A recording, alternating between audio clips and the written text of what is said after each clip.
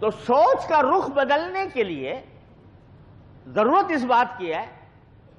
میں دو باتیں عرض کرتا ہوں، اللہ تعالیٰ اس پر عمل کرنے کی توفیق عطا فرمائے تو انشاءاللہ یہ غفلت دور ہوگی. ایک بات یہ کہ ہر وقت انسان کے اوپر اللہ تعالیٰ کی نعمتوں کی بارش برس رہی ہے. ہر انسان، چھوٹا ہو بڑا ہو امیر ہو غریب ہو، کیسا بھی انسان ہو، اس پر اللہ تعالیٰ کی نعمتوں کی بارش برس رہی ہے. اگر انسان سوچے مجھے اللہ تعالیٰ نے آنکھ دی ہے جسے میں دیکھتا ہوں، یہ کتنی بڑی عظیم نعمت ہے. اس کی قدر اس لیے نہیں ہوتی کہ بیٹھے بٹھائے بغیر کسی محنت کے، بغیر کوئی پیسہ خرچ کیے اللہ تعالیٰ نے دے دی ہے، جو چاہیں اسے دیکھ رہے ہیں. قدر اس وقت پتہ چلے جو اچانک خدا نہ کرے کسی انسان کی بینائی چلی جائے، بیٹھے بیٹھے بینائی چلی گئی. اب بتائیے کہ اس کو پتہ چلے گا کہ کتنی بڑی عظیم نعمت تھی جو مجھ سے چھن گئی. اگر اس سے کہو کہ اگر تمہاری بینائی واپس لانے کے لیے تم کیا کچھ خرچ کر سکتے ہو، تو لاکھوں کیا جتنی دولت ہے اپنی زندگی کی وہ ساتھ کہ بھئی وہ لے لو لیکن میری بینائی واپس کر دو. یہ نعمت اللہ تعالیٰ نے دے رکھی ہے اور دن رات ہم اسے استعمال کر رہے ہیں. اللہ تعالیٰ کی دی ہوئی نعمت ہے، کبھی خیال نہیں آتا کہ کتنی بڑی نعمت اللہ تعالیٰ نے عطا فرمائی ہے. یہ کان دے رکھے ہیں سننے کے لیے، جو چاہتے ہیں سن لیتے ہیں، لیکن کبھی خیال آتا نہیں ہے کہ یہ نعمت کتنی بڑی دی ہوئی اللہ تعالیٰ نے، بے مانگے دے رکھی ہے. آپ ذرا دیکھو کہ کھانا کھایا ہم نے، کھانا تو ایسے ہی جو منہ کو اچھا لگا، ذائقہ اچھا لگا، وہ علم غلم سب اپنے ذائقے کے لیے کھا گئے. اب وہ اندر جا کر کیا کارروائی اس کے اندر ہو رہی ہے، کس طرح اللہ تبارک و تعالیٰ اس کو ہضم کرا رہے ہیں معدے کے ذریعے، اور کس طرح اس سے خون بن رہا ہے جگر کے ذریعے، کس طرح اس سے پانی نکل رہا ہے، گردہ جو ہے وہ اس کو صاف کر کے اور خراب پانی باہر نکالتا ہے، نکالنے کا اس نے راستہ پیدا کر رکھا ہے. آپ تو کھا کے سو گئے یا کسی اور کام میں مشغول ہو گئے، لیکن اللہ تعالیٰ کے دیا ہوا یہ کارخانہ ہمارے اندر کام کر رہا ہے. اس طرح کام کر رہا ہے کہ ہمیں پتہ بھی نہیں چلتا. اسی سے خون بڑھ رہا ہے، اسی سے آنکھوں میں بینائی تیز ہو رہی ہے، اسی سے بال بڑھ رہے ہیں، اسی سے ناخن بڑھ رہے ہیں، اسی سے کھال کے اندر اضافہ ہو رہا ہے. سارا یہ سسٹم اللہ تبارک و تعالیٰ نے عطا فرما رکھا ہے بے مانگے اور بغیر کسی قیمت کے. لیکن یہ چونکہ ملا ہوا ہے بے محنت، لہذا قدر نہیں ہوتی اس نعمت کی. تو آدمی اگر کبھی کبھی اپنے اوپر اللہ تعالیٰ کی نعمتوں کی بارش کا تصور کیا کرے اور اس کا شکر ادا کرے تو یہ اس کو غفلت سے نجات ملے گی، اس غفلت سے جس میں وہ مبتلا ہے. جو نعمت ملے اس کو اللہ تبارک و تعالیٰ کی عطا سمجھ کر اس کے اوپر اللہ تعالیٰ کا شکر ادا کرنے کی عادت ڈالیں. اب تو مل رہی ہے اور بیٹھے بٹھائے مل رہی ہیں اور غفلت کے عالم میں ہم اس کو استعمال کر رہے ہیں، لیکن اللہ تعالیٰ کا شکر ادا کرنے کی توفیق نہیں ہوتی. حضور نبی کریم سرور دو عالم صلی اللہ علیہ وسلم نے ہمیں یہ سکھایا کہ جو چھوٹی سے چھوٹی نعمت بھی تمہیں حاصل ہو اس پر اللہ تبارک و تعالیٰ کا شکر ادا کرنے کی عادت ڈالو. ایک حدیث میں آتا ہے کہ ایک مرتبہ رسول کریم سرور دو عالم صلی اللہ علیہ وسلم گھر میں تھے تو کھانے کے لیے کچھ موجود نہیں تھا. سرکار دو عالم صلی اللہ علیہ وسلم نے فاقے بھی جھیلے ہیں ہماری خاطر. تو وہ ایسا وقت تھا کہ اس کھانے کو کچھ تھا نہیں، تو گھر سے باہر نکلے اس خیال سے کہ کوئی اپنے لیے اپنے گھر والوں کے لیے کوئی کھانے کا کوئی انتظام کرے. تو دیکھا حضرت صدیق اکبر رضی اللہ تعالیٰ عنہ بھی گھر سے نکلے ہوئے ہیں. حضور نے پوچھا بھائی کس لیے نکلے ہو، کہاں جا رہے ہو؟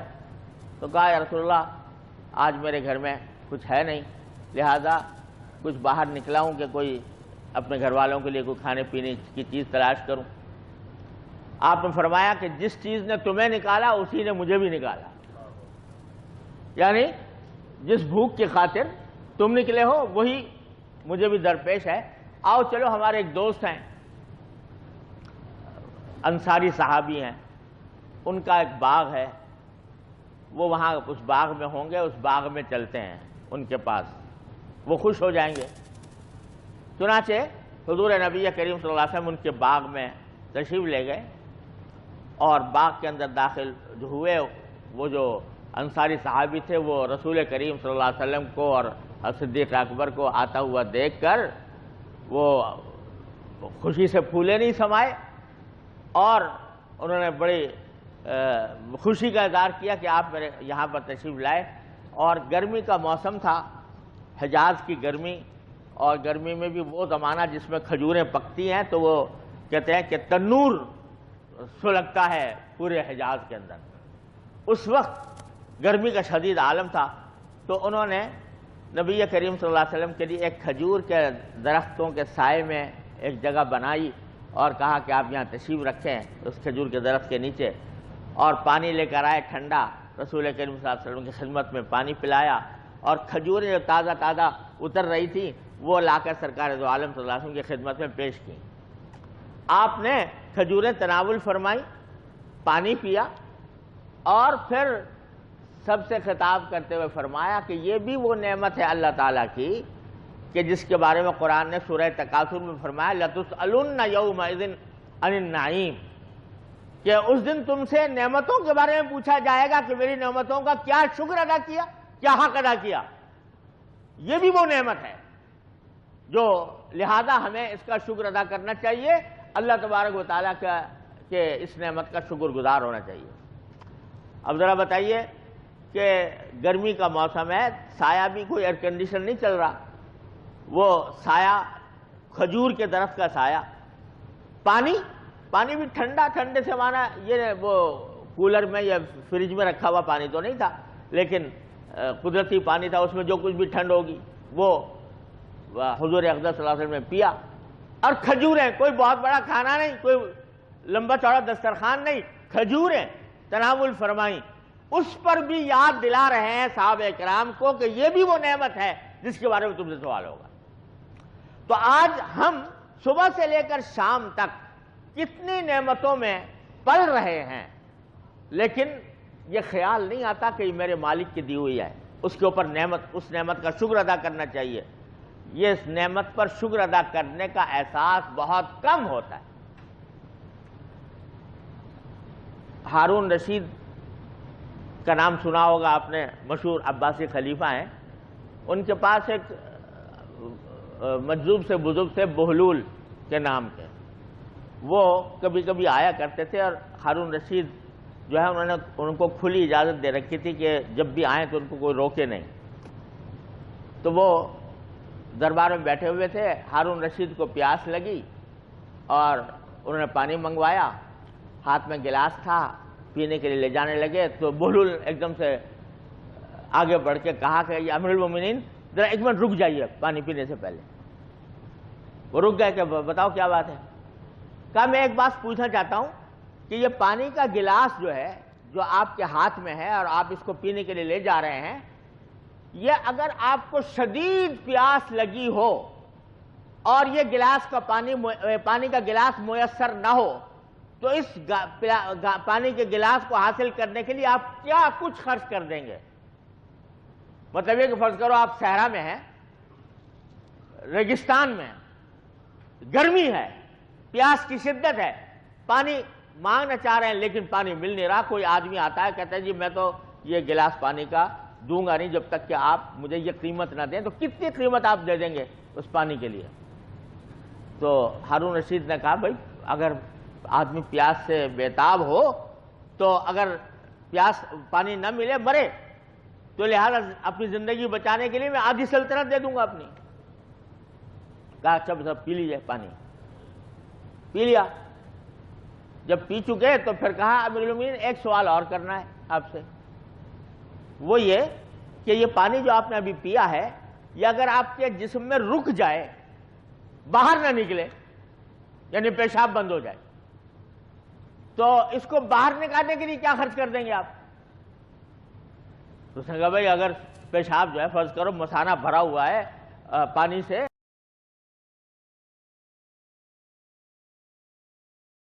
کہ جسم میں رک جائے، باہر نہ نکلے، یعنی پیشاب بند ہو جائے، تو اس کو باہر نکالنے کے لیے کیا خرچ کر دیں گے آپ؟ تو اس نے کہا بھائی اگر پیشاب جو ہے فرض کرو مثانہ بھرا ہوا ہے پانی سے، اور مجھ پر تو ایک زمانے میں یہ تکلیف گزری، اللہ تعالیٰ محفوظ رکھے ہر انسان کو، کہ پیشاب بند ہو جائے اور مثانہ بھرا ہوا ہو اور پیشاب نہ نکلے تو موت سے زیادہ بدتر تکلیف انسان کو محسوس ہوتی ہے۔ تو ہارون رشید نے کہا کہ اگر نہ نکلے گا تو بھائی آدھی سلطنت اس پر خرچ کر دوں گا۔ تو بہلول نے کہا آپ کی پوری سلطنت جو ہے وہ ایک پانی کا گلاس پینے اور اس کو باہر نکالنے کے اندر خرچ ہو جاتی ہے، لیکن اللہ تعالیٰ نے روز آپ کو یہ نعمت دی ہوئی ہے، وہ پلاتا بھی ہے اور باہر بھی نکالتا ہے، وہ اس کا تمہاری صحت کو برقرار رکھنے کے لیے باہر بھی نکالتا ہے۔ اسی لیے حدیث میں یہ جو دعا بتائی گئی ہے نا کہ جب آدمی بیت الخلاء سے باہر آئے تو کہے غفرانک الحمدللہ الذی اذھب عنی الاذی وعافانی، شکر ہے اس مالک کا جس نے مجھ سے یہ تکلیف دور کر دی اور مجھے عافیت عطا فرمائی۔ یہ سکھایا ہے نبی کریم سرورت عالم صلی اللہ علیہ وسلم نے کہ قدم قدم پر جو نعمت بھی تمہیں مل رہی ہے اس نعمت کا کے اوپر اللہ تبارک و تعالیٰ کا شکر ادا کرنے کی عادت ڈالو۔ یہ ہم غفلت کے اندر استعمال کر رہے ہیں، یہ ساری نعمتیں آنکھوں سے دیکھ رہے ہیں، کانوں سے سن رہے ہیں، زبان بول رہی ہے، جو چاہتے ہیں وہ زبان سے نکل جاتا ہے۔ اللہ تعالیٰ نے دماغ میں اور زبان میں ایسا کنیکشن رکھا ہے کہ ایک جس لمحے میں خیال دل میں آیا اور بولنے کا ارادہ ہوا اسی لمحے زبان سے وہ بات نکل گئی۔ میں نے ایسے لوگ دیکھے ہیں کہ جو بیچارے زبان بھی موجود ہے اور سمجھدار بھی ہیں، لیکن زبان بھی کام کر رہی ہے، لیکن گلے کے اندر ایسی خرابی پیدا ہو گئی کہ آواز نہیں نکلتی۔ زبان حرکت دیتی ہے لیکن آواز نہیں نکلتی۔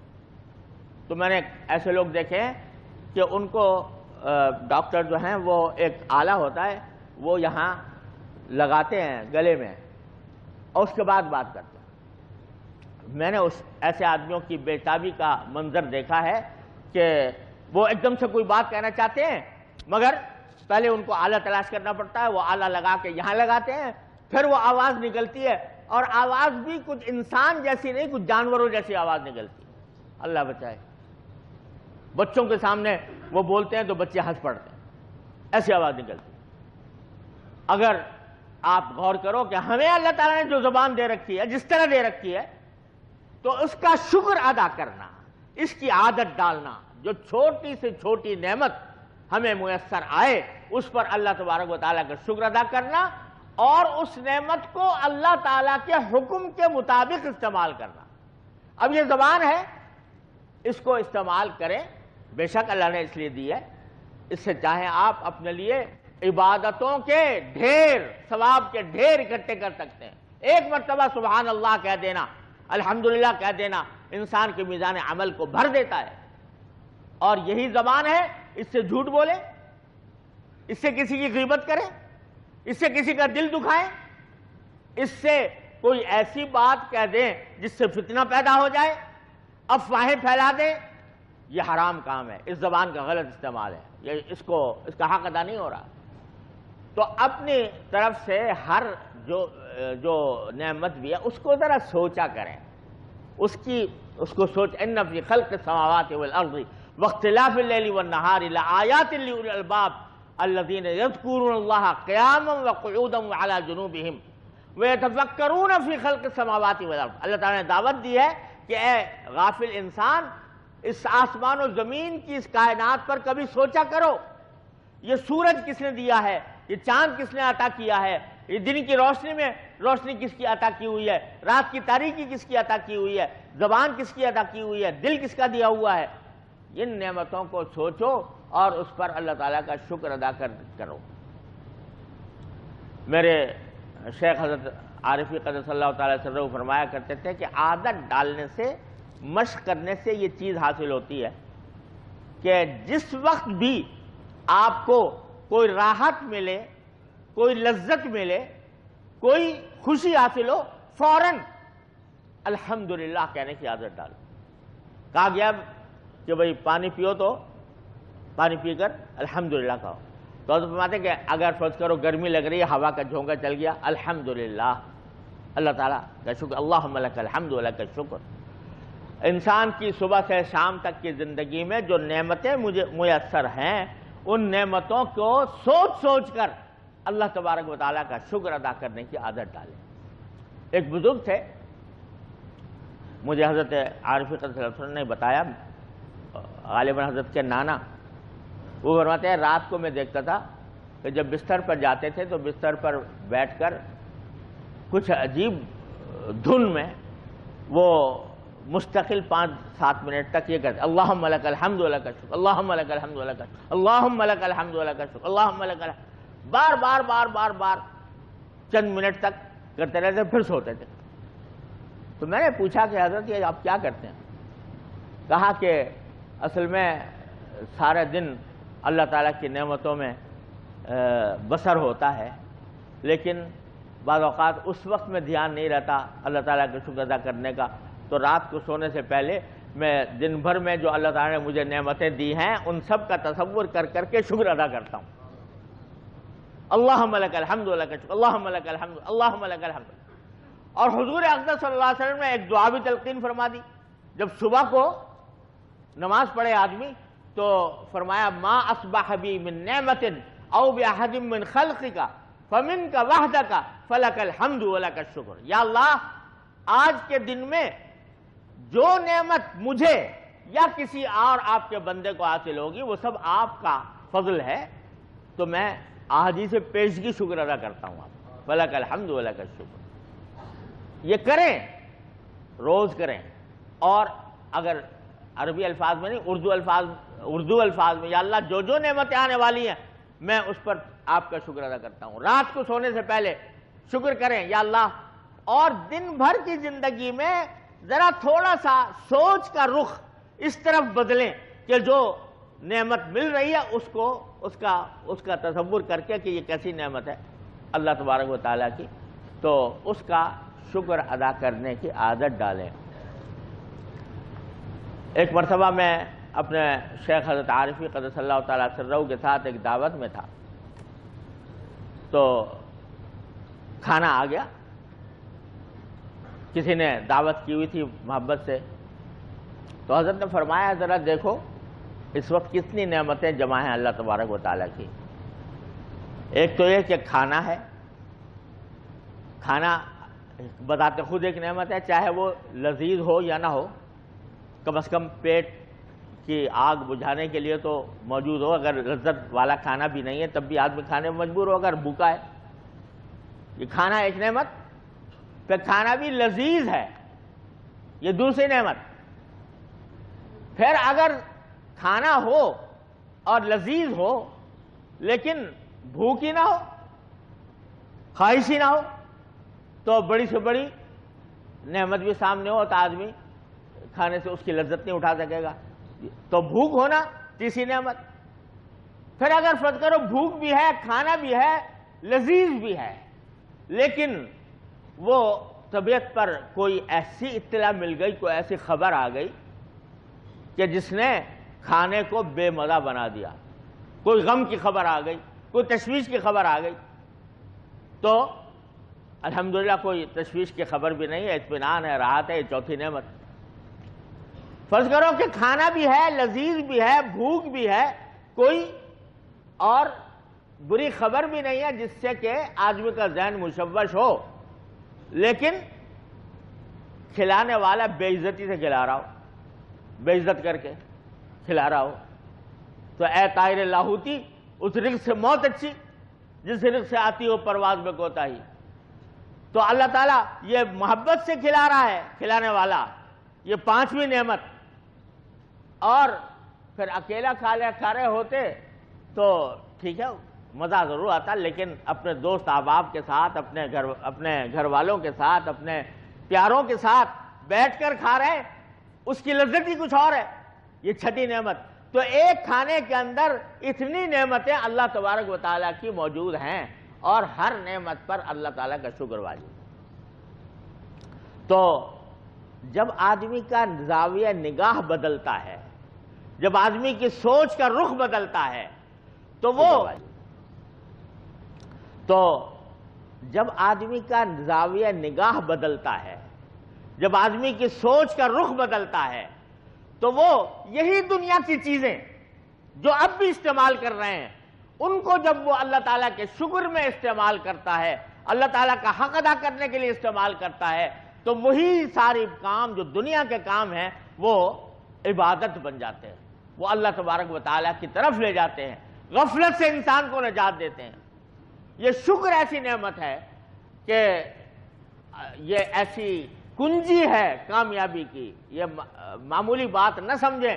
الحمدللہ کہہ دینا، اللہ تعالیٰ کا شکر ادا کرنے دینا، یہ معمولی بات نہیں ہے۔ جو بندہ اللہ تبارک و تعالیٰ کا ہر نعمت پر شکر ادا کرنے کا عادی ہو، اس نے مشق کی ہو، اس کے بارے میں وہ سوچتا رہتا ہو، تو اس وقت میں اللہ تبارک و تعالیٰ کے فضل و کرم سے وہ بہت سے شیطان کے حملوں سے محفوظ رہتا ہے۔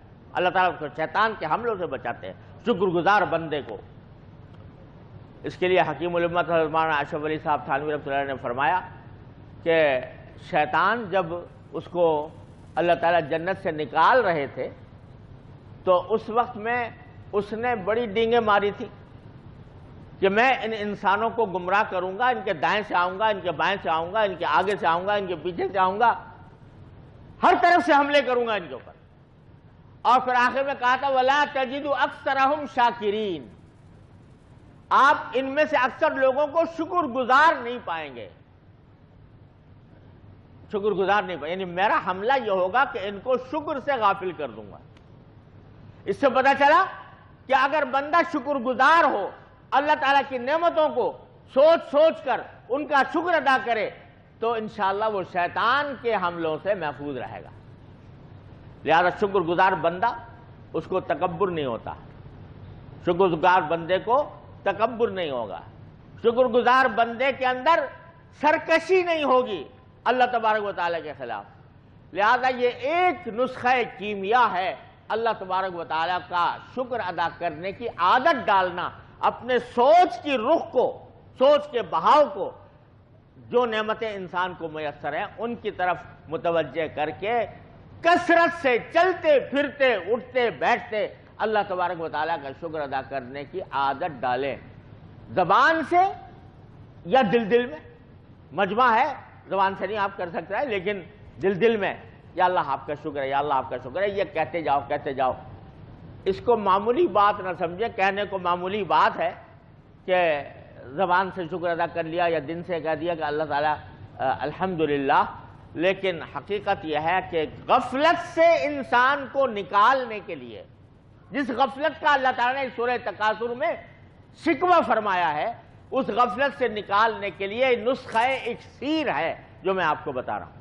اللہ تبارک و تعالیٰ اپنے فضل و کرم سے، اپنی رحمت سے ہم سب کو اپنے شکر گزار بندوں میں شامل فرمائے، اور جس غفلت میں ہم مبتلا ہیں اللہ تبارک و تعالیٰ اپنے فضل و کرم سے ہمیں اس سے نجات عطا فرما دے، اپنی نعمتوں کو سوچنے کی، اس کو سمجھنے کی، اور ان کا شکر ادا کرنے کی، اور ان کا حق ادا کرنے کی توفیق عطا فرمائے۔